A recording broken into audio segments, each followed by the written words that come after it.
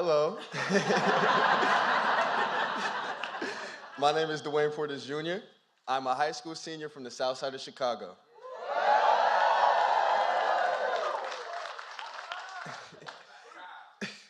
I play basketball and volleyball, the percussion and band, and try my hand in screenwriting and theater while keeping up my straight A's with a 4.5 GPA.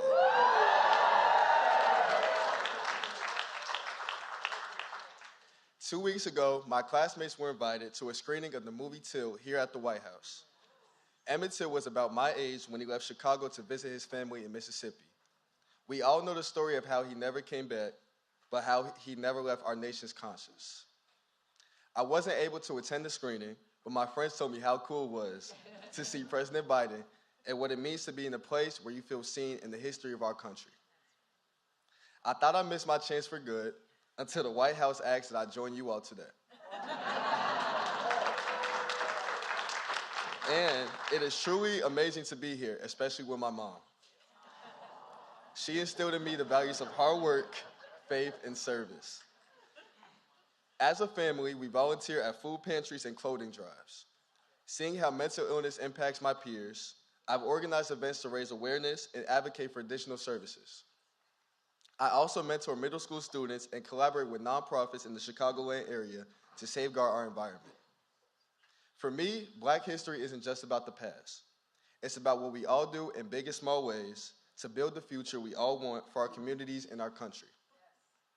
That's why it's incredible to be with two people who are making that future possible. President Biden, thank you for welcoming me and my mom and all my friends to the White House.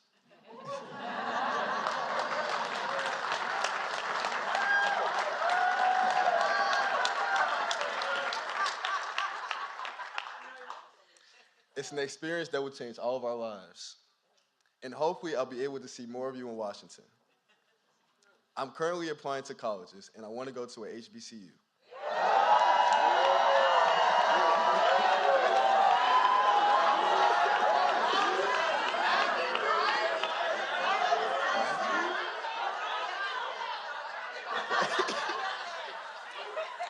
But my top choice is Howard University.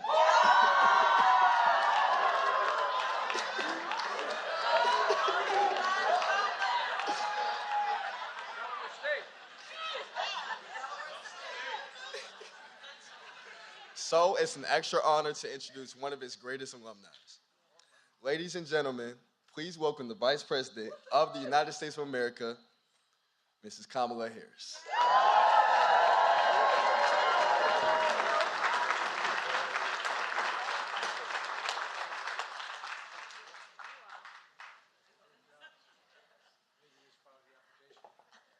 I think he's gonna get in.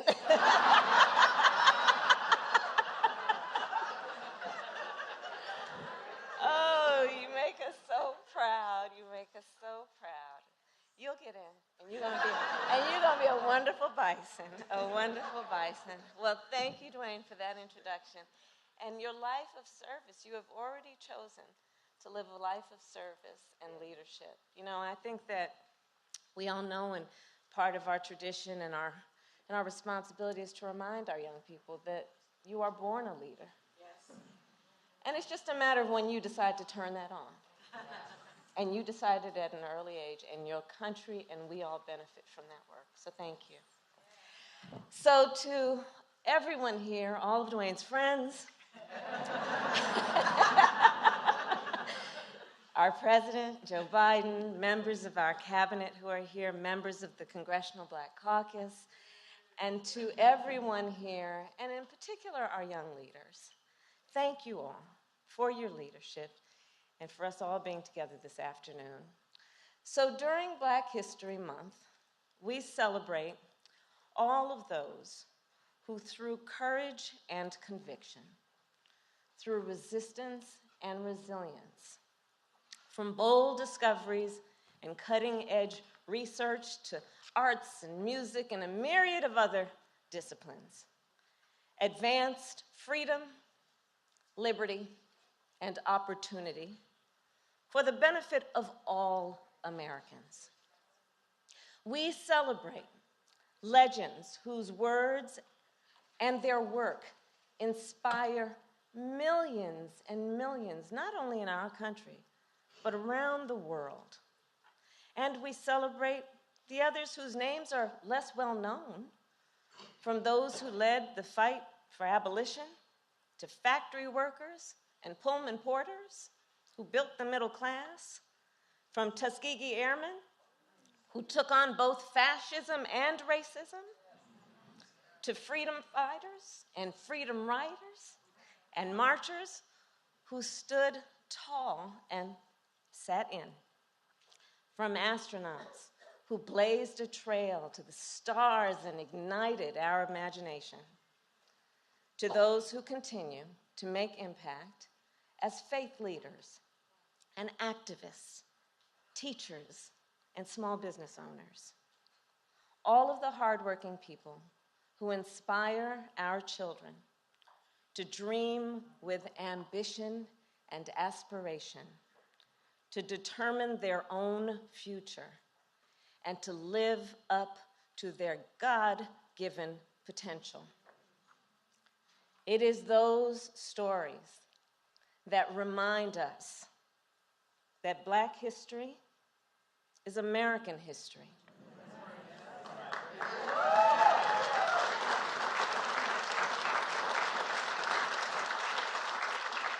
Living history, breathing history, history that we create every day, and history that we then must teach and celebrate.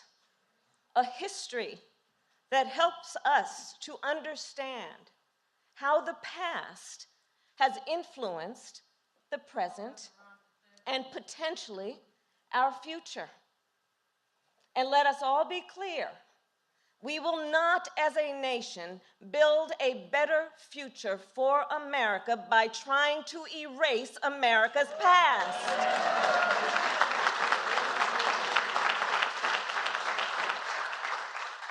This month and all year round, we must recognize the full arc of our nation's history. And as I've said many times before, I do believe history to be a relay race of sorts.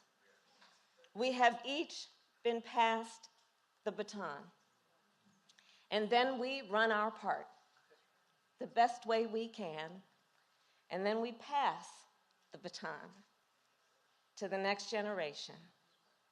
So during Black History Month, we celebrate the heroes of the past, as well as those who currently carry the baton. The innovators and barrier breakers across our country and in this room, those who inspire our nation through their work and their example.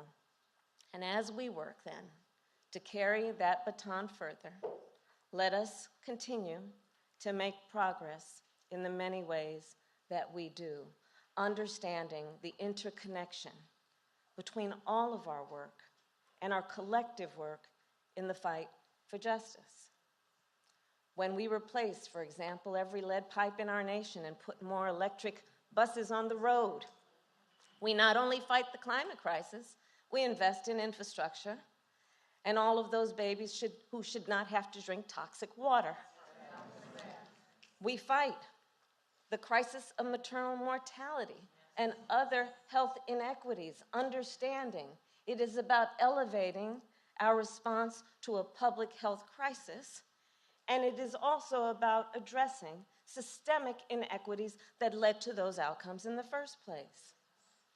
When we make sure all entrepreneurs can access the capital they need to start and grow a business, we know it is about creating economic growth and opportunity, and also dealing with a history where far too many were excluded from the opportunity to be on that path of gaining economic wealth. When we help Americans afford to buy a home, we build intergenerational wealth and address the legacies of disparities. In the relay race of history, the baton is in our hands, and we have a President of the United States who is so deeply committed, and I see this every day, who is so deeply committed to pass on a better and more just America. So please join me in welcoming the President of the United States, Joe Biden.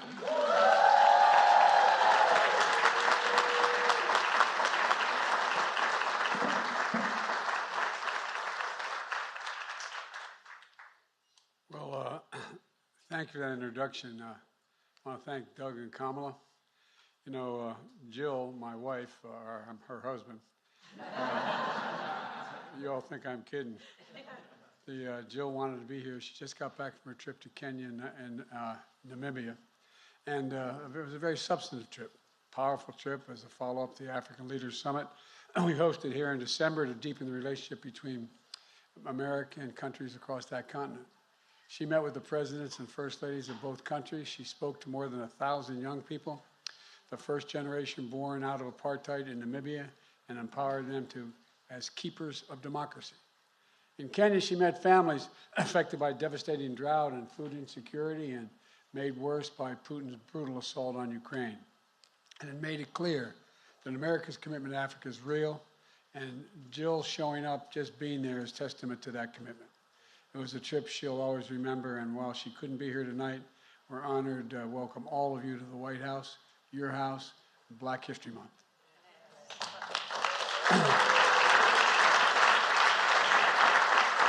A special thanks to members of the most diverse administration in history who are here. The most diverse administration in history, right, Jim? Jim Carver. I tell you what, man. By the way, I wouldn't be standing here without Jim.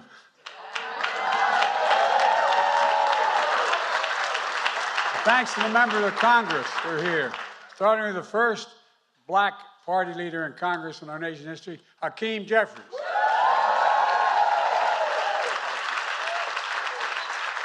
He's here in spite of the fact when he ran the first time I campaigned for him. What the? And the chair of the Congressional Black Caucus, Stephen Harsford. Stephen, where are you? I campaigned for him, too. I don't know what this means. They don't talk to me anymore, though. I'm only kidding. And the civil rights and business leaders are here today. And by the way, I've worked a long time with the presidents of my home state, HBCU, Delaware State. Yes, sir. Now, by the way, you said you played basketball? I want to introduce you to an All-American. Come here, pal.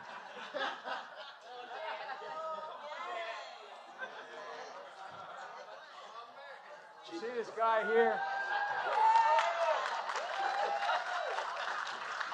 He's better than Tiny Archibald. This is a guy first team all not a joke, not a joke. He would have been playing pro ball, except his feet got flatter when he got older. His one daughter ran my office in Delaware for a long time, the reason I'm here. And his second daughter here happens to be the congressman from the state of Delaware. But this guy, not only can he play ball, the reason his daughters have this kind of, I don't know, spark to change the world is because he did that too. So anyway, I want to say thank you. Thank you, pal.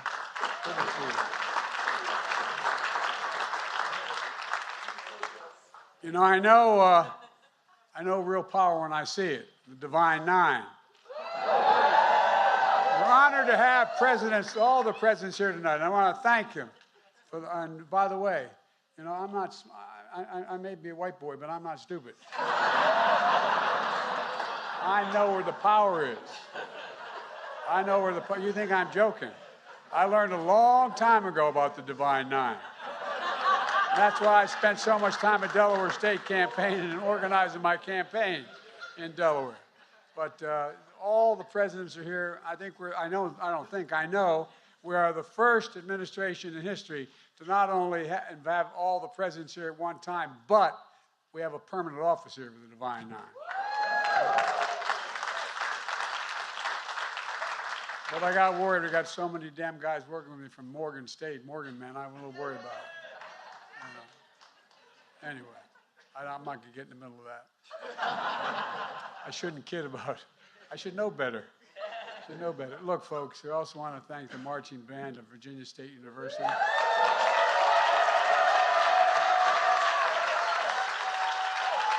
Welcome you all as you enter the White House. And, of course, thanks to Dwayne, who you just heard from. Dwayne, I'm sure you didn't have a chance to check out Delaware State before Howard, but Howard's okay. I mean, Howard's a good school.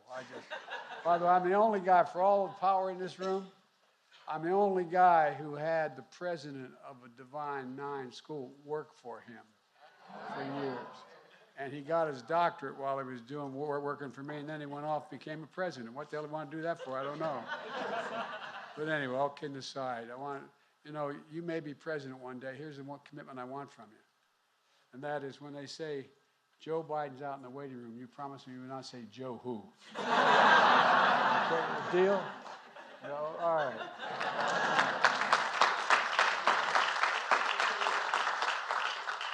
As Dwayne just referenced, we recently hosted a screening of the movie Till. We hosted the screening because it's important to say from the White House for the entire country to hear, history matters. History matters, and Black history matters. Look, I can't just choose to learn what we want to know. We learn what we should know. We have to learn everything, the good, the bad, the truth, and who we are as a nation. That's what great nations do. That's what great nations do. And we're a great nation. And that's why the great historian, Carter G. Woodson, Dean of Howard University, more than 100 years ago, had a vision and a purpose. He thought there should be a Black History Month. First guy to do it, the best of my knowledge. And it's turned into Black History, I think he said Black History Week the first time. And it turned into Black History Month. And look, the legacy that's been continued by the Association for the Study of African American life and history. It's a legacy that continues today as we celebrate the vast contributions Black Americans have made to American history. We celebrate all of you and the progress we made together the past 2 years. Progress to lay the foundation for a stronger, more resilient, more equitable economy that grows from the bottom up and the middle out. So the poor have a ladder up, the middle class do well, and the wealthy always do well when everybody else does well. So I ain't worried about them. All kidding aside, they do well. This idea somehow we're only focusing on middle class and the poor. The wealthy do very well when the middle class are doing well. We created over 12 million jobs, the strongest job growth of any presidency in the first 2 years of our history. Black unemployment is near record lows. Wages for Black workers are up in the 2 strongest years ever for small business creation, which includes strong growth in Black small businesses. And guess what? It's not just the business that gets started. Imagine what the neighborhoods would be without those small businesses, without the beauty shop, the drugstore. It's the center of what creates a community, the engines and glue that keep communities going. So it's not just the small business. More Black Americans have health insurance today than any previous time in American history. And with the help of many of you, we've got millions of people insured under the Affordable Care Act by making it easier for them to sign up and making it more affordable, saving millions and millions of dollars overall for people getting an $800 a year break in their health insurance. For the first time, we've empowered Medicare to negotiate drug prices. We finally beat them. Finally took them on because of the people in this room. That means instead of paying $300-400 a month for insulin, as of January 1st, it's capped at $35 a month, period, for those on Medicare. The parents, grandparents, aunts, and uncles, we also capped out-of-pocket costs for seniors in Medicare at a maximum of $2,000 per year, no matter what their costs are. They're not going to be more than $2,000 beginning in 2025 because some of those cancer drugs they have to pay for are $10,000, $12,000, $14,000 a year. Total $2,000 a year, no matter how much your costs are. We passed a law to make the biggest investment ever in climate than any time, anywhere in history. And look, in particular focus, what we talked about a lot, Jim and others and I, we talked about those fence line communities. Those fence line communities suffered the most consequences of being smothered by pollution. Think of Cancer Alley in Louisiana or Route 9 in the state of Delaware. They're the first out we're going to take care of. They're the first of the Americans we're going to take care of with this new legislation. And our once-in-a-generation infrastructure laws modernize Americans' roads, bridges, ports, airports, and with equity at the center of everything we do. Our Justice 40 initiative means that 40% of the overall benefits of clean energy, transit, and clean transit, and many other things, is going to go to those underserved communities. That's the objective. We're replacing, as was mentioned by my colleague, our vice president, poisonous lead pipes for every child in America being eliminated. We got schools, 400,000 schools and nurseries that have these lead pipes in them. We can turn on a faucet at home and drink clean water. We're delivering affordable high-speed internet to every single household. No parent should have to pull up in front of McDonald's for their kid to be able to do their homework. No, it's for real. Speaking of education, instead of a photo ops, we're delivering nearly $6 billion. I promise we would do $6 billion to HBCUs.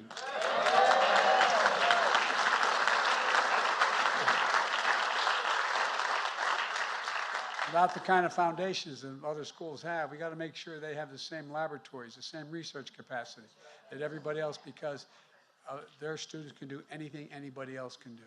But they need to have the facility to do it. We're going to increase their teaching and training capacity and attract millions of dollars from the private sector, investing in industries of the future like cybersecurity.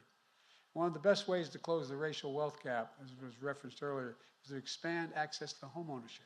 That's how the vast majority of the middle class has done it.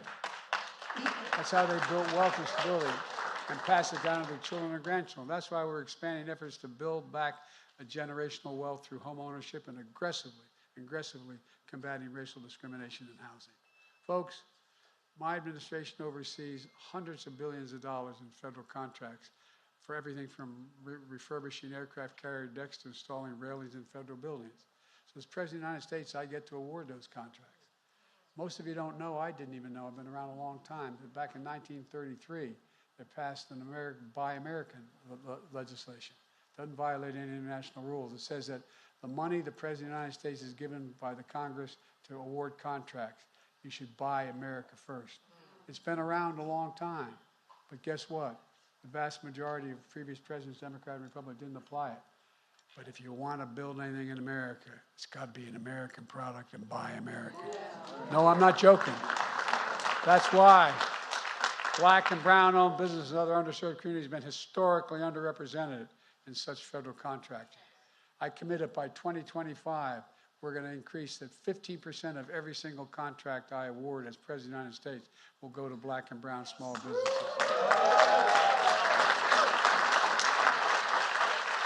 And the effect of that is that'll bring an additional $100 billion in federal contracting money to these communities. To deliver equal justice under the law, we're building a federal bench with judges that reflect all of America, led by Ketanji Brown Jackson.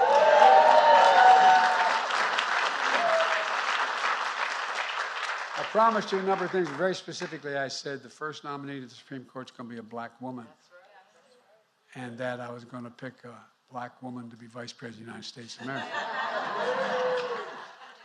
We've appointed more black women to the federal circuit courts than every other president in history combined. Every single solitary one. And by the way, Dick Durbin of Illinois deserves enormous credit for that getting done. Look, after Senate Republicans blocked the George Floyd Justice and Policing Act last year, with your help, and some of you in this room actually helped me write it, I signed a historic executive order requiring key elements of that bill in federal law enforcement. I banned chokeholds, greatly restricted no-knock warrants, created a national database for officers' misconduct, and to lighten use of force policies emphasizing de-escalation in the way in which police officers work. To take a fresh approach to recruit, hire, train law enforcement, all of which are tied to effective and accountable community policing and advance public trust and safety. And as I made clear in the State of the Union, with the presidents of Tyree Nichols as our guest, his mom and dad, we need a Congress to come together to pass police reform legislation.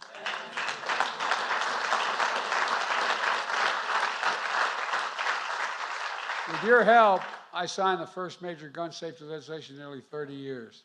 And guess what? I'll say it again. We're going to ban assault weapons before we're out of here. Ban them, ban them, ban them. Another thing about equal justice, I'm keeping my promise. No one should be in prison for the mere possession of marijuana. Too many minorities are in prison for that. So what I've passed, we should pardon them, expunge their records as if it never happened so they have a chance again in society. And folks, I just signed legislation most people don't think is going to be very consequential, but it is to the people there. Legislation to cap the cost of phone calls in prisons, that prisons charge incarcerated people, just a step toward basic dignity. And folks, last year after the mass shooting in Buffalo, Jill and I spent time, I met with all those families. I also convened the first of its kind White House Summit Against Hate-Fueled Violence that many of you called for and supported. Together we're saying loud and clearly that in America, hate will not prevail. Hate will not prevail. Silence is complicity. Yes. Silence, and we're not going to remain silent. Denialism is worse, and it is unacceptable. With your help, I signed a law more than 100 years in the making to finally make lynching a federal hate crime, the Emmett Till law. Amazing, 100 years ago. And it's astounding. You've joined me at the bill signing for other victories to protect the right of interracial and same-sex marriages, to make Juneteenth a federal holiday. You've been key partners on executive orders I've signed advancing racial equality and justice and support underserved communities. But we have to keep going. We're not finished yet. Many of you have been working on these issues for a long, long time. We've gotten a lot done together, but we have a lot more to do. And people know, we have to, first of all, let people know what we've done, even in your communities. They don't know all that we've done. We have to make it clear. And we're not stopping, because that gives them confidence that we're going to keep going. Remind them why it's important to get engaged. And their voices do matter. So we've got to talk about it. Spread the word. Defend our progress. Finish the job. For example, my student debt relief plan, which will help tens of millions of folks and on Pell Grants hit hard by the pandemic. About 70% of black college students receive Pell Grants. For many black students, this savings will be so significant, including wiping out their entire student debt completely. But currently, the only thing blocking that plan is opponents of the plan suing us. Today, there was argued in the Supreme Court whether or not my plan is able to be done by executive order.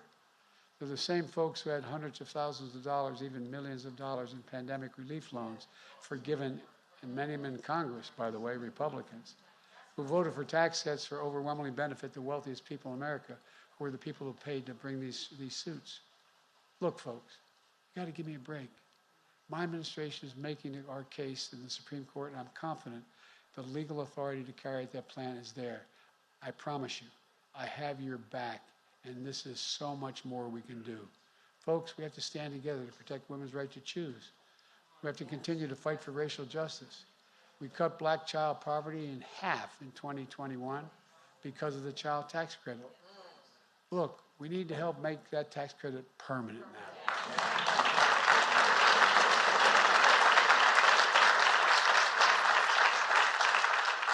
I signed the Bipartisan Electoral Count Reform Act to protect the will of the people and the peaceful transfer of power. We must get the Congress to vote on the John Lewis Voting Rights Advancement Act and the Freedom to Vote Act. I made clear that we cannot let the filibuster be an obstacle protecting that sacred right to vote. Look, let me close with this. I'm going quickly because you've been standing a long time, and I apologize. Last month, what would have been Dr. King's 94th birthday, I spoke in the pulpit at Ebenezer on a Sunday service. The next day, on Dr. King's holiday, I joined Reverend Sharpton and the National Action Network to talk policy.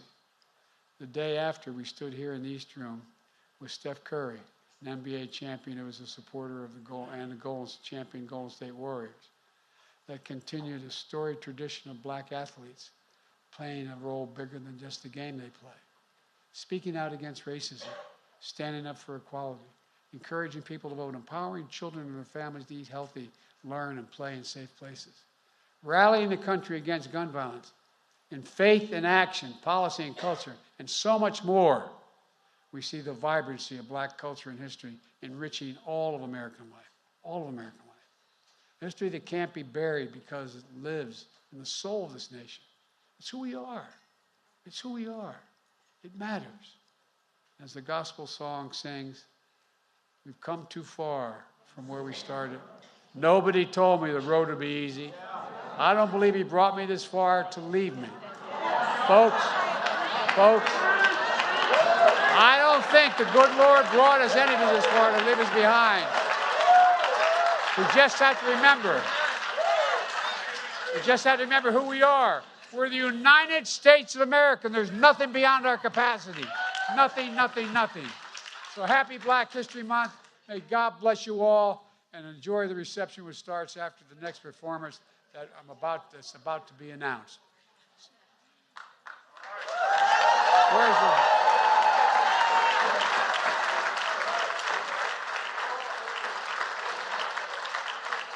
All right, who's going to announce? They're going to announce it? All right.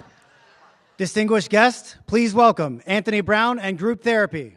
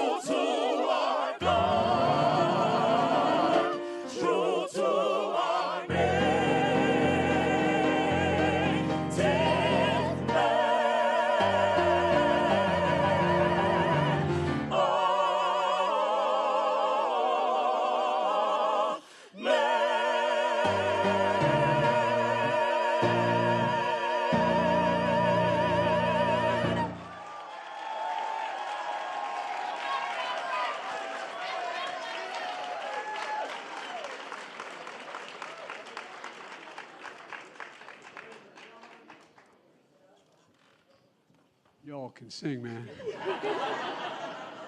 You know, I know most of those songs for a simple reason. As my buddy from Delaware can tell you, when you're involved in the civil rights movement as a kid in high school, I used to go down to the black church. I go to 7:30 Mass. I'm a practicing Catholic.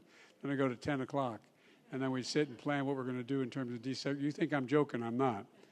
And the only drawback I had, Jim, everybody thought I was a good guy, except I can't sing worth a damn. My dad, when he was a college age, he didn't go to college, but he had a band. And my dad played a reed instrument. He played the saxophone and the clarinet, and he could sing and he could dance. He'd look at me once in a while and say, Joe, I don't know where you came from, honey. You have no lip. You can't sing, and you can't carry a tune in a wheelbarrow, but I still love you anyway.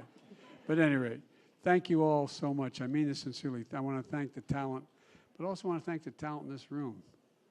We wouldn't be anywhere without the people in this room. Not a joke. Not only would I not be standing here, we wouldn't have passed all the stuff that's made a difference. I look back on my career of 280 years here. But all kidding aside, every time we were told we couldn't do something, we got it done. We're going to do it again. So as my mother, my Irish Catholic mom would say, God bless you, dear. Let's go get them, okay? Thanks. Distinguished guests, please remain in the East Room as the President and Vice President depart.